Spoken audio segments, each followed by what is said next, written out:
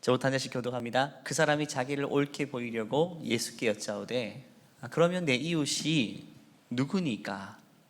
예수께서 대답하여 이르시되 어떤 사람이 예루살렘에서 여리고로 내려가다가 강도를 만나매 강도들이 그 옷을 벗기고 때려 거의 죽은 것을 버리고 갔더라. 마침 한 제사장이 그 길로 내려가다가 그를 보고 피하여 지나가고 또 이와 같이 한 레위인도 그곳에 이르러 그를 보고 피하여 지나가되 어떤 사마리아 사람은 여행하는 중 거기 이르러 그를 보고 불쌍히 여겨 가까이 가서 기름과 포도주를 그 상처에 붓고 싸매고 자기 짐승에 태워 주막으로 데리고 가서 돌보아 주니라. 그 이튿날 그가 주막 주인에게 데나리온 둘을 내어주며 이르되 이 사람을 돌보아 주라. 비용이 더 들면 내가 돌아올 때에 갚으리라 하였으니 내 생각에는 이 이 세 사람 중에 누가 강도 만난 자의 이웃이 되겠느냐. 아멘. 아멘. 여러분 여행을 좋아하십니까? 가을이면 여행의 시즌이 열리게 되죠. 최근 날씨가 참 좋아서 많은 분들이 여행하고 있는 줄 압니다. 해외여행의 길도 다시 열리게 되어서 많은 분들이 비행기를 타고 또 해외에 가기도 하시더라고요. 여행은 항상 우리를 새롭게 하는 것 같아요. 오히려 여행하면 몸은 더 피곤해지지만 마음이 새롭게 돼서 뭔가 새로운 시도와 새로운 도전을 할 수 있게끔 우리의 마음을 준비시켜 주는 것 같습니다. 얼마 전 우리 하산한 공동체에서도 가까운 곳에 좋은 곳에 소풍을 가서 이렇게 하루 좋은 시간을 보내셨고요.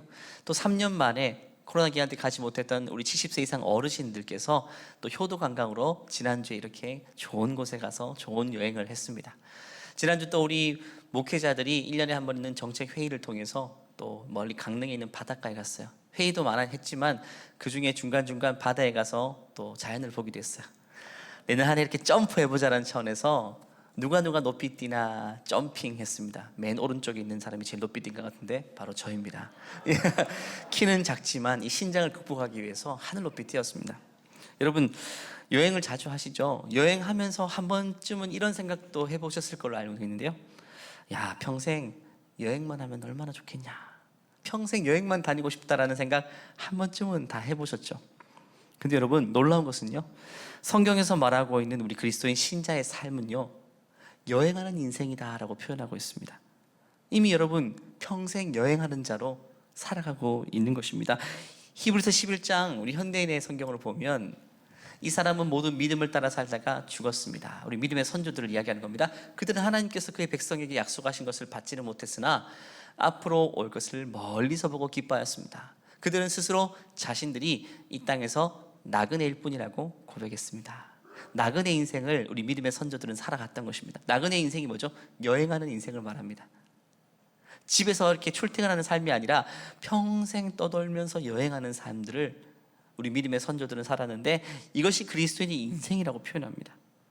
결국 나그네 같은 인생이죠. 나그네 같은 인생. 그 다음 16절 말씀 보니까 비슷한 맥락에서도 이렇게 얘기합니다. 그러나 그들은 더 나은 고향을 기다리고 있었는데 그것은 바로 하늘에 있는 고향이었습니다. 그래서 하나님께서는 저들의 하나님이라고 불리는 것을 부끄러워하지 않으시고 그들을 위해 한 성을 예비해 두셨습니다. 우리가 여행한 도상인데 중요한 것은 목적지가 있는 여행입니다. 목적지를 향해 나아가는 여행. 그 목적지는요, 하나님께서 우리를 위해서 완벽하게 꾸며놓은 최고급 휴양시설과 리조트가 있는 아름다운 단지 같은 천국입니다. 그보다 아름다울 수 없는 그곳. 그곳을 향해서 우리는 한평생 이 여정을 떠나고 있는 것이고 언젠가는 그 종착지에 도착하게 되는 것입니다. 이 땅을 정착지라고 생각하지 않고 나는 더 나은 본향을 사모하며 나아가는 여행자라는 생각을 하게 될 때에 그것이 그리스도인의 삶이라고 이야기하는 거죠. 성경에서는 나그네라고 표현했는데 나그네보다 좀 더 좋은 단어가 있습니다. 의미를 잘 살리는 단어, 순례자라는 단어입니다. 순례자. 나그네와 순례자의 차이는 뭐죠? 나그네는 목적지가 없는 그냥 떠도는 것이 나그네이지만 순례자는 목적지를 향해 나아가는 목적 있는 여행자가 되는 것입니다.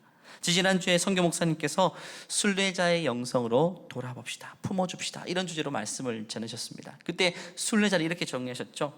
나그네는 목적 없이 떠돌아다니는 인생이라면 순례자는 목적지를 향해서 한 걸음씩 나아가는 인생이다. 저희 모두가 여행자의 인생인데 한평생 지금 여행하고 있고 또 여행할 것이고 지금 이 자체가 여행하는 인생인데 이 여행은 목적 없는 여행이 아니라 목적지를 향해 나아가고 있는 여행이라는 것입니다. 여러분, 우리 삶은 그렇기 때문에 표류하는 인생이 아니라 항해하는 인생이 되는 거죠. 자신의 인생이 순례자, 여행자라는 인생, 그 마인드를 가지고 살지 않고 나는 여기 정착지야, 정착민이야, 여기 눌러 살아야 돼, 이런 마인드로 살아가는 사람은 아주 중요한 걸 놓칠 수 있어요. 첫 번째는 나누는 인생을 살지 못하고 늘 움켜쥐는 인생을 살 수밖에 없죠. 이 땅이 영원한 내 정착지라고 생각하기 때문에 모든 걸 다 끌어모아서 나름대로 내 성을 쌓아야 됩니다. 더 많이 쌓일수록 좀 더 안심이 되겠죠. 평생 주위 사람 돌아볼 여유 없이 그냥 내 것을 움켜쥐고 쟁여두는 그것 자체가 삶의 목적과 그냥 내용이 돼버리는 것입니다. 그렇기 때문에 두 번째는 안 되는 거예요. 함께하는 인생 살지 못하고요, 늘 혼자 남들보다 빠르게 가는 것이 인생의 목적이 됩니다. 남들보다 한 걸음 앞서서면 안도감을 내시고 조금 뒤처지는 것 같으면 불안하고 그냥 자기 인생밖에 없어요. 이것이 정착민의 마인드를 가지고 살아가는 사람의 모습입니다. 하지만 순례자의 마인드를 가지고 살면 달라져요. 주위를 돌아보게 됩니다. 여러분, 여행할 때 마음의 여유가 생기죠. 일상에서는 마음이 늘 강팍했다가 여행 가면 여유가 생겨가지고 야, 내가 한턱 쏠게 하기도 하고 마음은 그렇죠. 마음이 많이 열립니다. 가족들과 함께 여행 가면 보이지 않았던 게 보입니다. 우리에게 이렇게 고민하고 이거 왜 이럴까라고 생각했는데 같이 여행해보면 아이의 마음이 이해되기도 합니다. 그럼 뭐가 달라졌냐? 내 마음에 여유가 생겨나면서부터 상대방에 대한 이해도가 달라진 거예요. 여행이 주린 마음의 여유가 바로 이런 것입니다. 우리가 인생을 이런 마인드로 살아가면 훨씬 더 주위 사람들을 잘 돌보게 되고 상대방이 더 이해가 되게 되는 것이죠. 정착민의 마인드로 살아가느냐, 순례자의 마인드로 살아가느냐는 큰 차이가 있는 것입니다. 이렇게 성경적인 가치관, 순례자 마인드로 살아가는 그런 나라의 문화를 가진 나라를 보면 뭐가 다르죠. 기독교의 가치관 속에 성장한 나라, 미국 같은 나라 보면 다른 나라에 없는 문화가 있죠. 기부 문화가 있죠. 자기의 것을 잘 나누고 섬기는 문화가 있습니다. 순례자 마인드를 가진 나라들은 죽기 전에 자기 유산을 남아있는 자들과 다음 세대를 위해서 쏘가죠. 왜? 나는 한평생 여행 잘했기 때문에, 이제는 종착지를 향해 나가기 때문에, 문만 열면 거기 도착하기 때문에 죽음 직전에 모든 것들을 다 정리하고 나누고 가는 것입니다.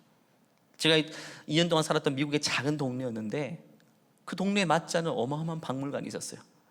반 고흐의 진품의 그림도 있고요, 정말 예술 작품들이 어마어마하게 있는 진짜 잘 지어진, 그런데 거기 공짜입니다. 수십 불을 줘도 모자랄 정도로 완벽한 곳인데 공짜예요. 왜 공짜냐면 생전에 서구로 부자 된 사람이 있는데 그 사람이 나는 이 목숨 여기서 끝이지만, 나는 종착지를 향해 나가지만 이제는 남겨진 다음 세대와 지역 주민들을 위해서 너무나도 잘 지어놓고 평생 무료 이렇게 해서 다 기부하고 간 겁니다. 비전 트립 가면 그 나라 돈으로 환전하죠. 일주일 정도 있다가 한국으로 돌아올 때 환전했던 돈을 가지고 옵니까? 잘 가져오지 않죠. 남아있는 선교사님들을 위해서 그 돈을 드리고 오잖아요. 그와 마찬가지입니다. 한평생 우리 인생을 조금 확대해서 보면 우리 인생이지만 좀 축소시켜 놓고 보면 한 주 동안 중국이나 선교제 비전 트립과 똑같은 것이죠. 일주일 동안 잘 쓰고 집으로 가는 것처럼 이 땅에서 인생 잘 쉬다가 잘 나누다가 잘 누리고 보다가 이제는 하나님 나라로 건너갈 때 이제는 그 나라에서 쓸모없는 것들은 정리하고 가는 겁니다. 깔끔하게 나누고 가는 거죠. 다음 사람들을 위해서, 남겨진 자들을 위해 자신의 것을 나눌 수 있다는 것은 순례자의 마인드를 가진 사람들이 그만이 할 수 있는 영역인 것입니다. 여러분, 기독교 이외에는 함께 나누자는 가치관 잘 없어요. 함께라는 가치관은요, 순례자의 영성을 가지지 않으면 쉽지 않습니다. 다른 종교 보십시오. 불교, 유교만 보십시오.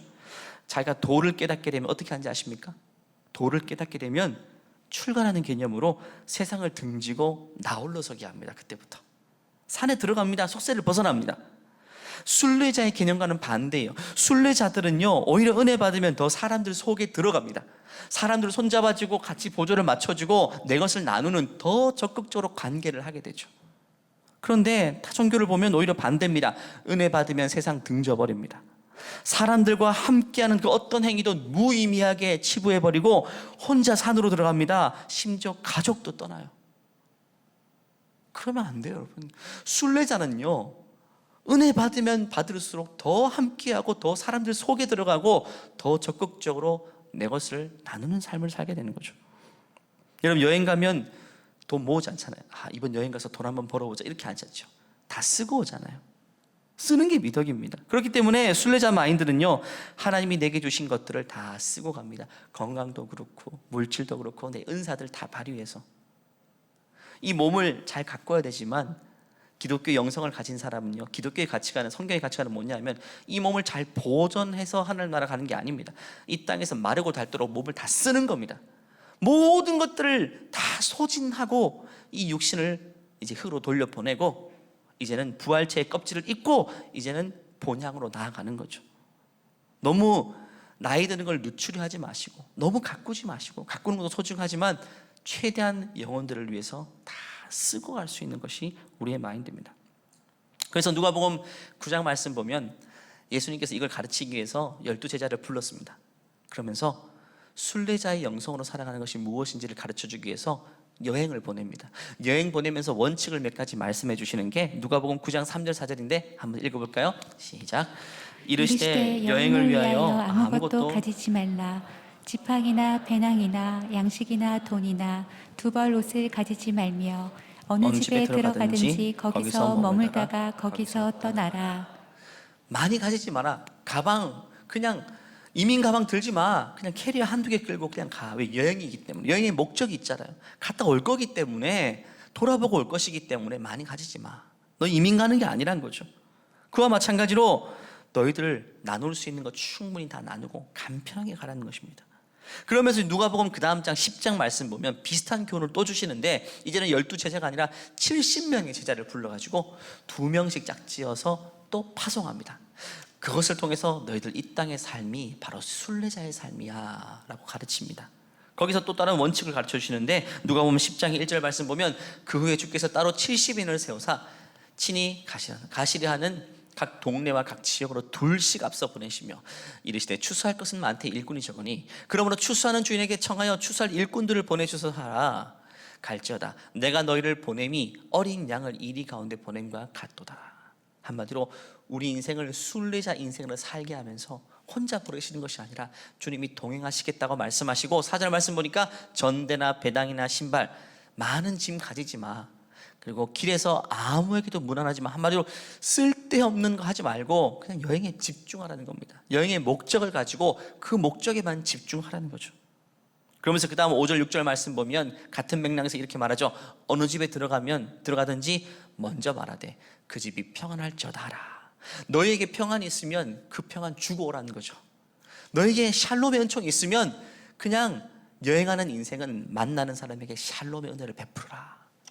6절에 만일 평안을 받을 사람이 거기 있으면 너희 평안이 그에게도 머물 것이고, 만약에 그 사람이 그걸 거절하게 된다면 너희에게로 다시 올 것이라고 이야기합니다. 우리가 이 땅을 사는 동안 내게 있는 모든 것을 가지고 다 나눌 거예요. 나눌 때 받는 사람은 그 받는 것으로 복된 것이고, 받지 않는 사람도 그것이 나에게로 다시 돌아올 것이라고 이야기합니다. 결국 우리는 모든 것을 다 나누며 살아도 절대 손해보지 않겠다라고 주님 말씀하시는 거죠. 그래서 우리는 순례자로 이 땅을 살아가야 됩니다. 순례자는 다시 말하지만 목적 있는 여행자입니다. 저 여러분은 목적 있는 여행을 지금도 하고 계십니다. 2022년 10월 지구는 여행 중이고 목적지를 향해서 목적 있는 여행을 지금도 한 걸음 한 걸음 하고 있는 것입니다. 이런 맥락에서 누가복음 10장까지를 이야기합니다. 그리고 예수님께서는요, 이걸 더 확실하게 가르쳐주기 위해서 누가복음 10장 후반절에 오늘 우리가 읽은 본문 사마리아인, 선한 사마리아인 비유를 말씀하십니다. 이 비유를 통해서 순례자로 살아가는 사람들은 반드시 혼자 이렇게 앞서가는 게 중요한 것이 아니라 이웃과 함께 보조를 맞추고 손잡고 더불어 살 수 있어야 된다라고 가르칩니다. 그 비유가 어떻게 시작되나 한번 볼까요? 예수님이 지으신 스토리입니다. 예수께서 대답하여 이르시되 어떤 사람이 예루살렘에서 여리고로 내려가다가 강도를 만났다라고 하죠. 예루살렘에서 여리고로 내려가는 길은 강도가 나오는 길입니다. 위험한 길이에요. 사람들이 잘 가지 않습니다. 사람들이 기피하는 길. 그래서 심지어 그 당시 사람들은 이곳을 피의 길이라고 부르기도 했습니다. 강도가 많이 출몰하니까. 거기서 어떤 사람이 강도를 만나서요, 다 뺏기고 옷도 빼앗기고 막 흠심 두들겨 맞고 버려두고를 당했죠. 이제는 놔두면 죽을 게 뻔합니다. 왜? 사람들이 지나가는 길이 아닙니다. 그런데 감사하게도 두 사람이 지나갔습니다. 31절에 마침 한 제사장이 그 길로 내려가다가 그를 보고 피하여 지나가고, 그 다음 절 보니까 또 한 사람, 또 이와 같이 한 레위인도 그곳에 이르러 그를 보고 피하여 지나갔다. 이 강도 만난 사람은 운 좋은 사람이에요. 죽을 것이 뻔한데 감사하게도 좋은 사람 두 사람이 지나갔습니다. 첫 번째 제사장은요 진짜 좋은 사람이죠. 왜? 하나님께 가장 앞장서서 예배를 드리는 사람이기 때문에 하나님의 마음을 가진 사람이에요. 그는 강도 만난 사람을 향해서 그냥 지나치지 않을 게 뻔합니다. 그런데 예수님이 지으신 이 스토리에서는요 그냥 지나갔다라고 이야기합니다. 지나갔어요. 하나님을 가장 앞장서 섬기는 사람이 결국에는 외형뿐이고 껍질뿐이었고 속에는 텅 빈 사람이었다는 거죠. 하나님의 마음을 조금도 모르고 사랑이 조금도 없는 사람이었다. 두 번째 지나간 사람이 레위인입니다. 제사장과 레위인의 한 세트입니다. 레위인은 12지파 중에 구별된 지파로서 예배를 유일하게 섬길 수 있는, 제사를 섬길 수 있는 직책입니다. 그런 핏줄이죠. 그런데 레위인도 똑같이 지나갔다라고 이야기합니다. 여러분, 제사장과 레위인 누구보다도 먼저 잘 도와줄 것 같은 그 사람이 왜 지나갔을까요? 여러 가지 이유가 있었겠죠. 저는 바빴을 거라고 생각합니다. 아마 제사를 드리러 가야 되기 때문에, 요즘 말로 따르면 예배 시간 다 됐기 때문에, 설교하러 가야 되기 때문에 지금 막 서둘러 갔을 거예요. 근데 지금 사람이 죽어가고 있잖아요. 근데는 설교를 해야 돼요. 뭘 선택할까요? 하나님은 뭘 선택하게 하시죠? 안식일에도 병자를 고치신 예수님, 주님은 뭘 더 기뻐하시죠? 당연히 죽어가는 영혼들을 챙기고 보듬어주고 이걸 기뻐하시죠. 근데 그는 예배드리러 내빼버립니다. 다 핑계죠, 핑계. 여러분, 뭐가 더 소중합니까? 예배 시간 맞추는 게 소중합니까? 아니면 힘들고 어려운 영혼을 돌보는 게 소중합니까? 여러분, 예배 시간이 오더라, 주일 예배 올 때 여러분 정말 여러분 도움이 필요한 분이 있어요. 그러면 도와주고 이렇게 하다가 예배 5분 10분 늦어요? 하나님 책망하십니까? 아니죠. 하나님 그 마음 자체를 너무 기뻐하세요. 예배가 시작되지 않았음에도 불구하고 여러분 먼저 도와줌을 통해서 먼저 하나님이 영광을 받으시고 계십니다. 제가 만일 설교하러 늦게 올라옵니다. 그럼 어떻게 이해하시면 되죠? 교회 오다가 도움이 필요한 분 만나서 돕다가 늦게 오는구나, 이렇게 생각하시면 돼요. 그게 훨씬 중요한 거거든요. 그것이 하나님이 받으실 만한 예배이고 순례자의 영성을 가진 사람이 평생 살아내야 될 그런 삶인 것이죠. 근데 두 사람 다 지나가 버렸어요. 근데 마지막 세 번째 사람이 또 등장합니다. 오늘의 주인공, 선한 사마리아인. 사마리아인은요 부정한 자라고 인식되었던 사람. 유대인들은 사마리아 사람들 개라고 불렀어요. 그 정도로 부정하게 생각했고, 같이 식당 가더라도 밥상에서 겸상 안 할 정도로 아주 내려 깔고 봤어요. 그런데 그렇게 멸시와 천대를 받던 사마리아인이 오히려 지나가다가 자기 발걸음을 멈추고 있어요. 33절부터 다시 한번 읽어볼까요? 35절 시작. 어떤 사마리아 사람은 여행하는 중 거기에 이르러 그를 보고 불쌍히 여겨 가까이 가서 기름과 포도주를 그 상처에 붓고 싸매고 자기 짐승에 태워 주막으로 데리고 가서 돌보아 주니라.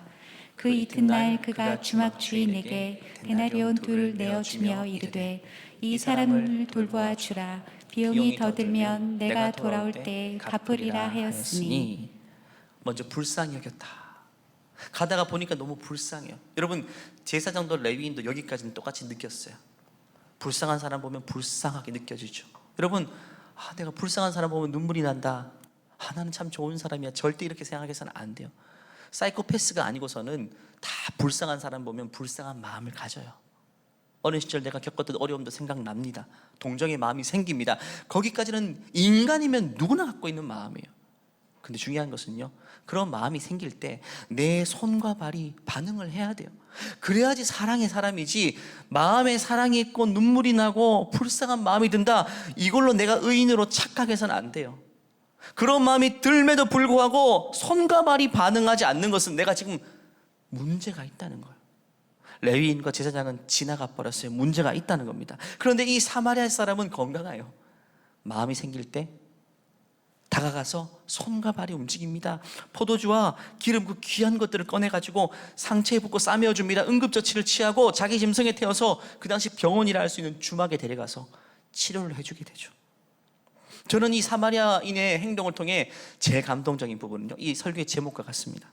그런 이웃을 위해서 자기 발걸음을 멈추어 줬다는 것이 제일 감동적이에요. 자기 가던 길을 멈추었다. 여러분, 이거 엄청나게 큰 의미를 가지고 있습니다. 여러분, 가던 길을 멈추었다라는 것은 가던 길보다 더 소중한 것이 있다는 거죠.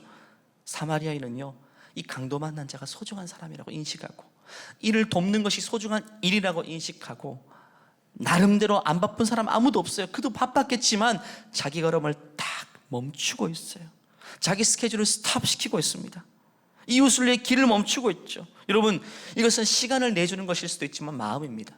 여러분, 시간은 항상 마음이죠. 누군가를 위해서 내 걸음을 멈추는 것은 그를 향해 내 마음이 있다는 거죠.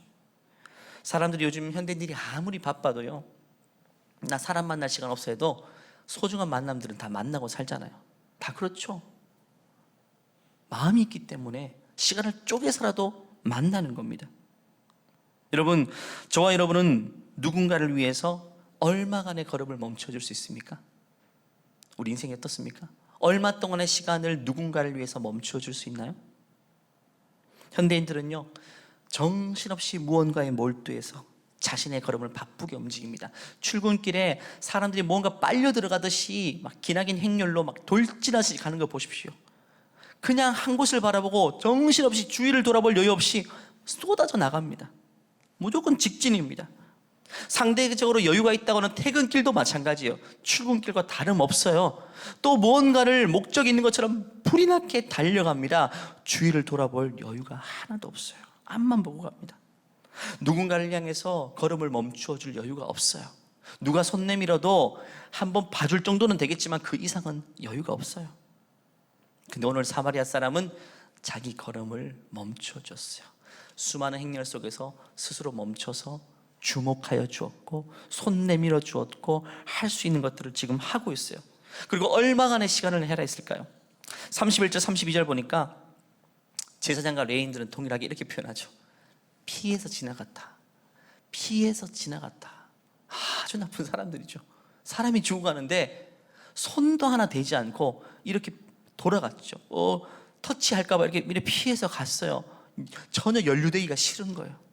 나쁜 사람이죠. 요즘 말로 하면 한 걸음도, 한 찰나의 시간도 그에게 주지 않았고, 심지어 주머니에 손도 하나 빼지 않았다는 거예요. 주머니에 손도 안 빼요. 그 정도도 이 사건은 자기에게 상관이 없다는 거예요. 심지어 끼고 있던 이어폰 하나 빼지도 않았습니다. 사람 만나면 뭐부터 해야 되죠?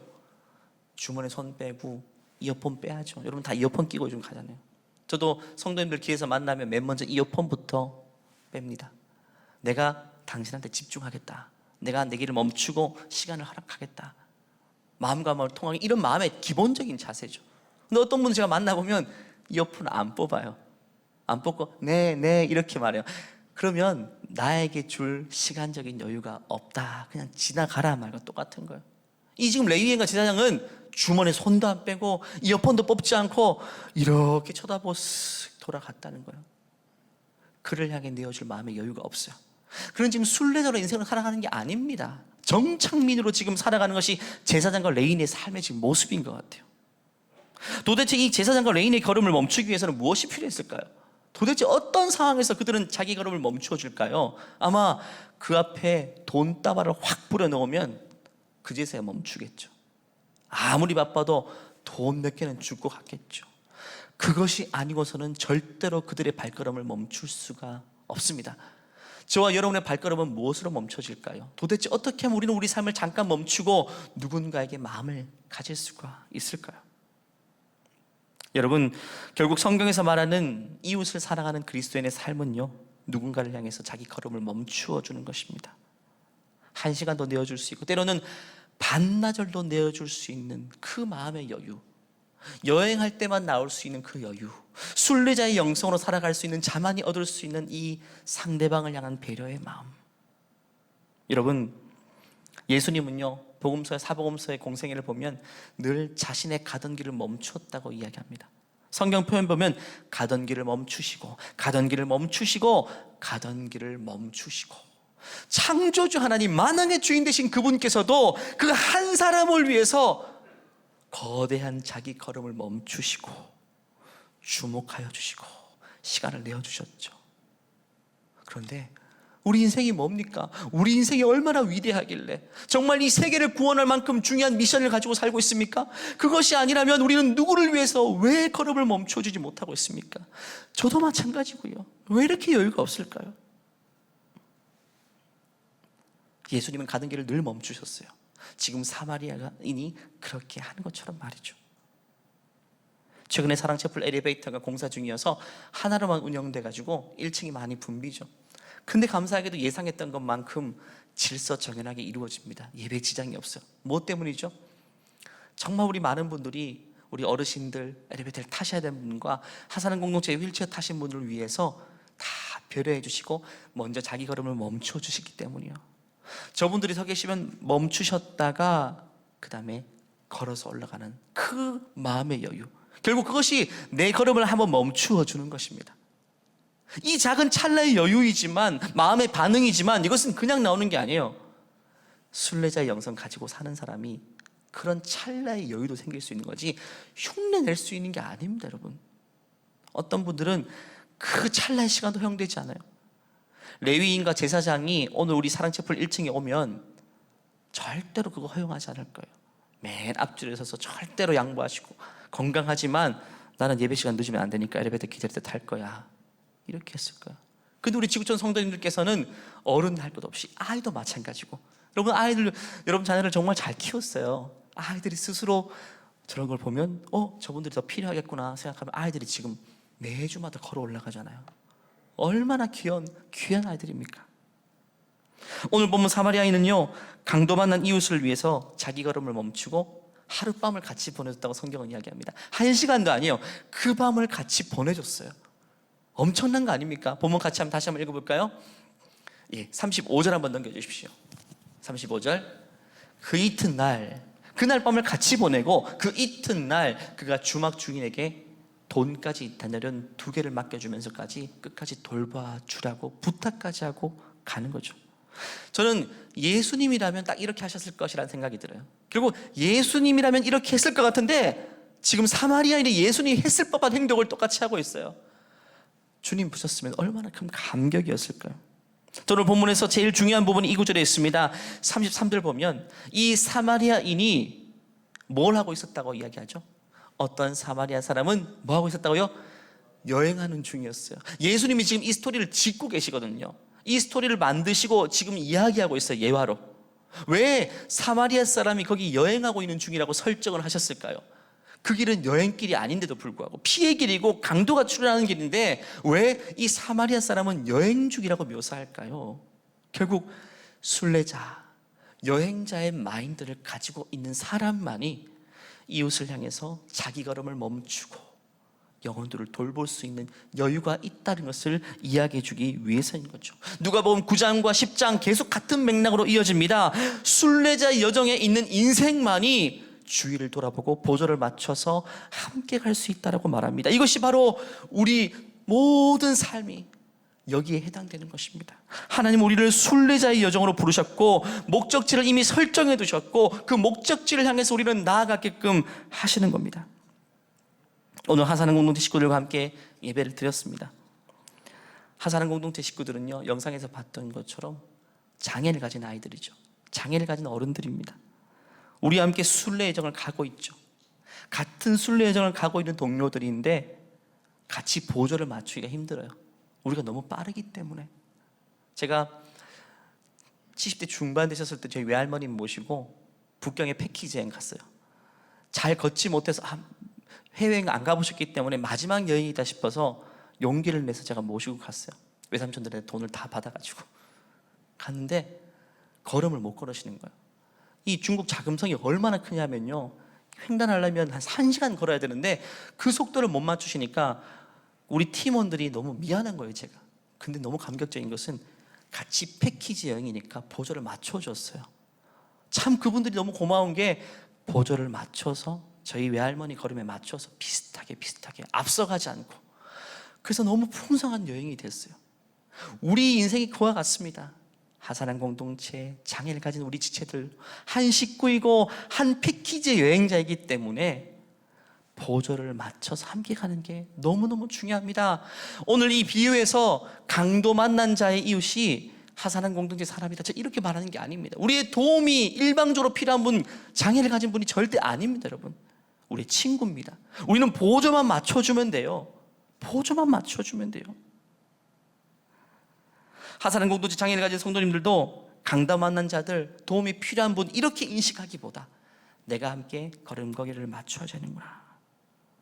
여러분, 이분들이 계시기 때문에 우리가 정신없이 빠르게만 살아가고 있는 우리의 비정상적인 발걸음을 돌아볼 수 있어요. 여러분, 우리가 이렇게 살아가는 거 비정상적인 모습이에요. 이 장애인들, 하산한 공동체 식구들의 걸음이 정상적인 움직임이고 속도입니다. 우리가 비정상적으로 너무 빠르게 가고 있는 겁니다. 너무 앞서가고 있는 겁니다. 언제 느낀지 아십니까? 여러분, 시간 좀 더 지나면 10년, 20년 지나면 여러분 이제 노년이 되죠. 70, 80 되어 보십시오. 지금 속도처럼 못 움직입니다. 생각도 그렇게 빠르게 못하고 판단도 빠르게 못하고 걸음걸이도 그렇게 빨리 못 가요. 그때서야 느낄 겁니다. 야, 사람들 왜 이렇게 빨리 가지? 얼마 전에 신방에 보니까 어르신인데 지하철 역 입구에서 사람들이 행렬이 있으니까 살짝 비쳤는데 넘어지셔서 그대로 예배를 못 나오세요. 사람들이 너무 빨리 지나가요. 어르신들 입장에서는 이 부딪히는 게 너무 위험한 거예요. 배려 없이 사람들은 자기 속도만 믿고 그냥 막 달립니다. 막 빠르게 갑니다. 주위를 돌아볼 여유가 없어요. 우리는 노년이 되어서야 내가 너무 빨랐구나, 쟤도 왜 이렇게 빨리 가지? 라는 생각을 하게 돼요. 지금 장애를 가진 우리 친구들은 어릴 적부터 지금 그런 시점에서 세상을 바라보는 겁니다. 다들 왜 이렇게 빨리 가지? 나는 그렇게 빨리 못 가는데, 나는 공부를 해도 이 속도밖에 안 되고 걸음걸이도 이밖에 안 되는데 다들 왜 이렇게 빨리 가지? 아무도 옆으로 돌아보지 않고 그렇게 자기 길만 가는 거예요. 여러분, 장애인들이 느린 것이 아니라 우리가 너무 빠른 거예요. 우리가 비정상적으로 너무 목적 없이 향방 없이 빠르게만 갑니다. 빠르게 간다고 많은 것을 이루는 것도 아닌데 오히려 많은 것을 잃어버리는 것인데, 이 속도가 맞는 것처럼 정신없이 질주하는 인생을 살게 되는 것입니다. 여러분, 여행지에 왔는데 주위를 돌아봐야 되죠. 근데 아무것도 보지 않고 달리기 하듯이 직진만 하고 빠르게만 가려고 하는 것이 얼마나 어리석은 겁니까? 여행자의 마음이 아니죠. 순례자 여행 가운데 주위를 돌아볼 수 있는 여러분 되시기를, 주위 사람과 보조를 맞추어 줄 수 있는 여러분 되시기를 간절히 축원합니다. 말씀을 마무리합니다. 오늘 우리가 사는 시대의 가치관은 과거에 비해서 참 많이 개인주의가 되었죠. 몸으로 느껴지시죠? 이 시대 가치관입니다. 사람을 마주하는 것이 아니라 화면을 마주하는 시대이기 때문에 공감력이 훨씬 떨어집니다. 주위를 돌아볼 여유도 없어요. 여러분, 이 시대의 가치관을 알 수 있는 방법 중 하나는요, 부모님의 칭찬 포인트를 보면 알 수 있습니다. 부모님이 어떤 포인트에서 칭찬을 하는가. 과거 시대에는 아이들이 자기 걸음을 늦추고 누군가를 도와주는 것, 부모님의 칭찬을 받던 시대였죠. 저도 어릴 때 학교 학원 늦어도요, 제가 누군가를 도왔다는 이야기 들으면 엄마 아빠 무작정 기뻐하시고 칭찬해 주셨어요. 너 제일 잘한다고, 빨리 가는 게 중요한 게 아니라고. 근데 오늘날 여러분, 젊은 부모님들이 그런 거 칭찬해 줄까요? 학원 도착하면 학원 문자 오거든요. 도착했습니다. 근데 한 애가 학원 늦었어요. 한 15분 늦었습니다. 집에 오니까 애를 잡죠. 왜 학원 늦었니? 그럼 자녀가 오늘 학원 가는데 폐지를 줍는 어르신께서 리어카를 끄는데 너무 힘들어 보여서 살짝 오르막길이고 해서 제가 옆에서 뒤에서 밀다 보니까 한 10분, 15분 늦었다고. 그 말 들으면 우리 20년 전, 30년 전 부모님은 야, 너 진짜 잘했다. 야, 넌 엄마보다 훨씬 낫구나. 너 정말 잘했어. 극찬을 받을 그런 시대였다면 오늘날에는 그렇게 말하는 자녀에게 엄마는 뭐라고 말할까요? 공부를 좀 그렇게 하지. 공부를 좀 그렇게 하지. 누구 도와줄 생각하지 말고 이 엄마나 좀 도와줘. 네가 공부 열심히 하는 게 나를 돕는 길이야.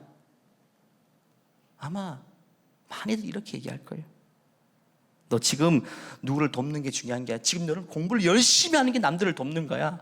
공부 열심히 해서 훌륭한 사람 되면 여러분 너는 네 역할 밀지 않아도 전동 네 역할을 그분들께 사들일 수 있어. 일단 너는 공부만 열심히 해. 아름다운 일, 함께 가는 일, 돕는 일은 늘 미래로 미루는 거예요. 지금 너는 공부만 하면 돼. 남들보다 빠르게만 가면 돼. 함께 가는 게 중요한 게 아니야. 너가 나중에 잘 되면 얼마든지 함께 갈 수 있어. 여러분, 이런 포인트에 칭찬하고 이런 가치관을 심어주면 우리 아이들 무서운 아이들로 자라게 됩니다. 우리 자녀들이 누군가를 위해서 걸음을 멈추는 것에 대해서 가르치지 않는다면 어떤 아이들로 크겠어요? 여러분 70, 80대면 혼자서 거동 못해서 병원도 혼자 갈 수 없을 때쯤에 자녀에게 전화하면 자녀가 자기의 걸음을 멈추어 줄까요? 엄마를 위해서 반나절 반찬해서 병원 같이 가줄까요? 아닐 거예요. 그렇게 칭찬 안 해주고 그렇게 안 가르치면 부모를 위해서도 자기 인생을 한 걸음도 멈추지 않을 아이가 될 거예요. 이 시대 가치관이 더더욱 그렇게 돼 있기 때문에 얼마나 무서운지 몰라요. 지금도 가르쳐야 돼요. 제 목회도 마찬가지입니다. 교회에서 남들보다 빠르게 나가는 자를 박수 쳐주는 그런 교회가 아니라 함께 가는 것의 의미를 아는 자에게 야, 너 진짜 좋은 신자야. 정말 특별해. 하나님도 기뻐하실 거야. 가정에서도 마찬가지고 교회에서도 그런 영혼들에게 극찬할 수 있는 그런 문화가 돼야지만 여러분 이것이 바로 순례자의 여정으로 순례자의 마인드를 가지고 살아가는 진짜 신자의 모습이 되는 것입니다. 우리 하사랑 공동체가 8층에서 같이 예배드리고 있어요. 저 언젠가는 이 자리에서 함께 예배드리고 싶어요. 이제는.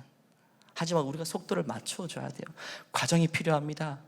속도를 맞춰줄 수 있어요. 거기까지 우리는 계속해서 훈련을 해야 됩니다. 준비가 되면 그때는 이제는 8층, 2층, 3층 떨어져서 예배드리는 것이 아니라 한 식구이고 한 가족이기 때문에 함께 연합해서 예배드리는 날이 속히 올 수 있도록 우리 모두가 순례자의 마음으로 가는 여러분 되시기를 간절히 축원합니다.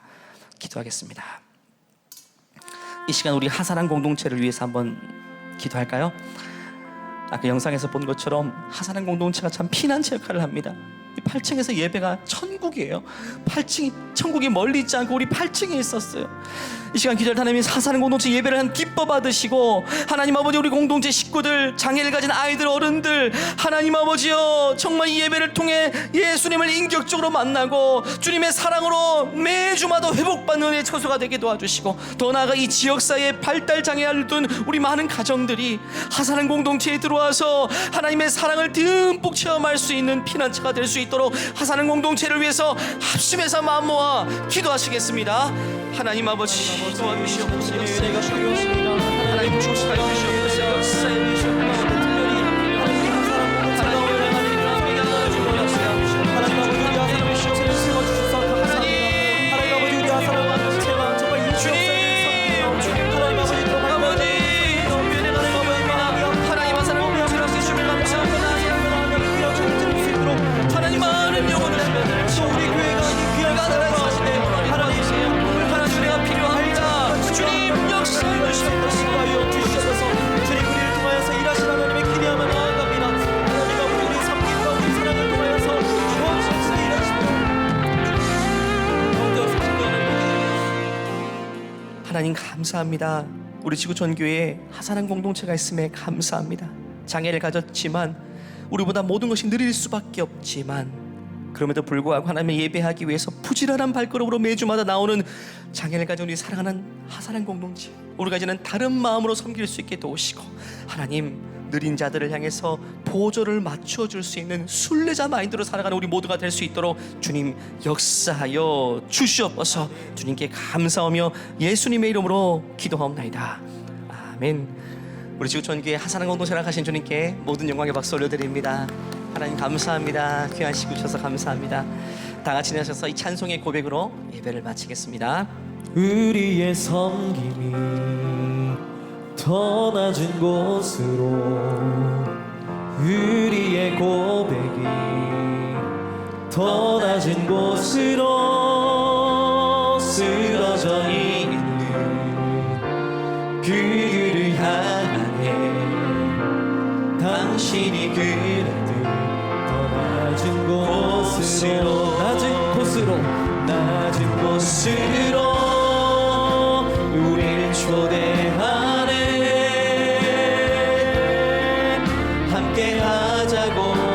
말씀하시네.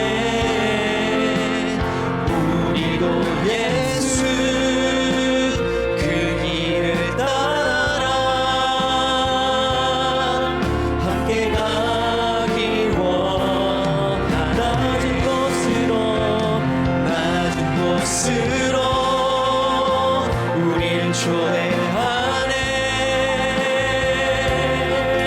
함께 하자고 말씀하시네. 우리도 예수 그 길을 따라 함께 가길 원. 우리 두 손을 높이 들고 함께 찬양하며 나아갑시다. 낮은 곳으로 우릴 초대하네. 함께 가자고 말씀하시네. 우리도 예수 그 길을 따라 함께 가길 원하네. 이제는 우리 주 예수 그리스도의 은혜와 하나님의 무한하신 사랑과 우리 안에 내주하시는 성령의 역사가 이제는 지체들과 마음의 보조를 맞추고 내가 가던 길을 그를 위해서 멈추어 주기를 소망하는 모든 죄자들을 머리 위에 우리 하사랑 공동체를 식구들 위해 이제로부터 영원토록 함께 하시기를 간절히 축원하옵나이다. 아멘.